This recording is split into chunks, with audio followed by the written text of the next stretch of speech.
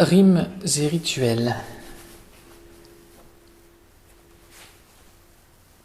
Il en va des rituels et des accessoires dans les pratiques spirituelles, comme il en va des rimes au travers d'un poème.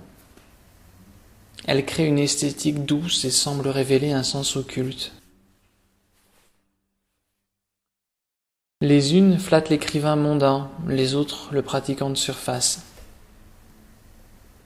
Les rimes font émerger le relief artificiel sur lequel s'attardent les professeurs dévoués et les étudiants laborieux qui, tous à leur manière, aiment également dans leur mûre saison les rimes que l'on peut dérouler, faire chanter, faire résonner à foison et qui donnent à ceux qui prétendent à la maîtrise, ici une chaire, là un bon point.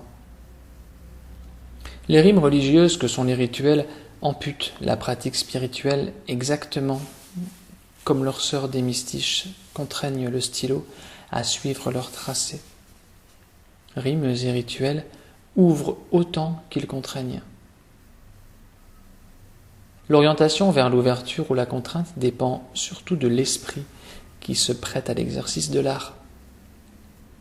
Ainsi, un poète, tout en limite et en imitation, se verra souscrire à la forme rimée par usage et contraindra son propos au carcan phonologique de cette forme.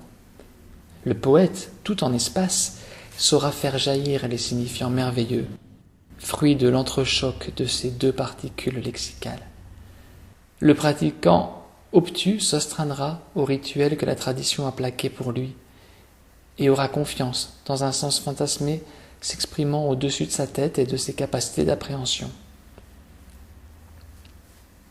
Le pratiquant en ouverture verra le rituel pour ce qu'il est. Il saura aussi en extraire l'essence avec sagesse lorsqu'il s'y adonne, comme lorsqu'il lui tourne le dos. Aussi faut-il que le poète connaisse ses gammes croisées, plates ou embrassées, puis qu'il s'en affranchisse, et puisse d'un même élan décider d'en faire fi ou bien de les flatter, sans jamais qu'elle ne l'empêche de rester poète, s'il souhaitait s'en passer. Balise confortable, usuelle, codifiée, le rituel rassure les poètes de l'âme aux gammes restreintes, à la tessiture contraignante. En cheminant, le pratiquant apprendra à connaître l'ouverture des sentiers éculés par les sentillons délaissés, sans pour autant que l'aventure lui soit le seul confort envisageable. Comme l'homme des bois préfère toujours dormir au sol, quand bien même il séjournerait dans une zone civilisée.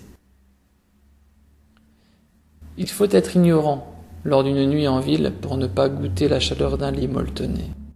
Pour autant, quand il faudra juger de celui qui sait ou celui qui ne sait pas, que les repères de néon tous se seront éteints, qu'il nous faudra avancer dans la vraie nuit sans lune, l'homme des bois est bien celui que tous suivront.